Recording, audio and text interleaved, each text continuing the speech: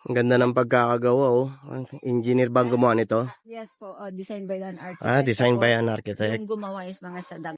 Mm. And eto, talagang, Ano ma'am sa Danggawang workers? Ano ibig sabihin nun? Mga tao niya sa Dangga?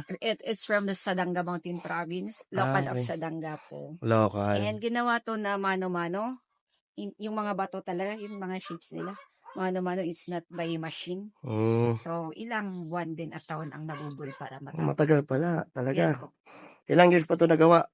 Ngayon, hindi pa tapos, oh. Yes po, ongoing pa, hindi pa siya fully developed. Mm. Eto kasi maraming sir kaya medyo pagkakaiba yung mga buwan ng paggagawa. Eh, yung engineer nito, ma'am, siya lang yung nag-design. Yes po. Hindi architect. Architect with the engineer, dalawa. Ah, okay. Architect tsaka engineer. Tapos yung mga workers yun sa Dangga. Yes po. Okay. Tingnan nyo yung mga gawa nila, oh. Maganda. Ultimo yung baluster, oh.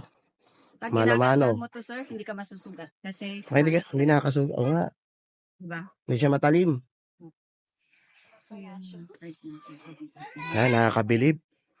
Gawa yan ng mga Pilipino sa Dangga. Buwan ng Hmm.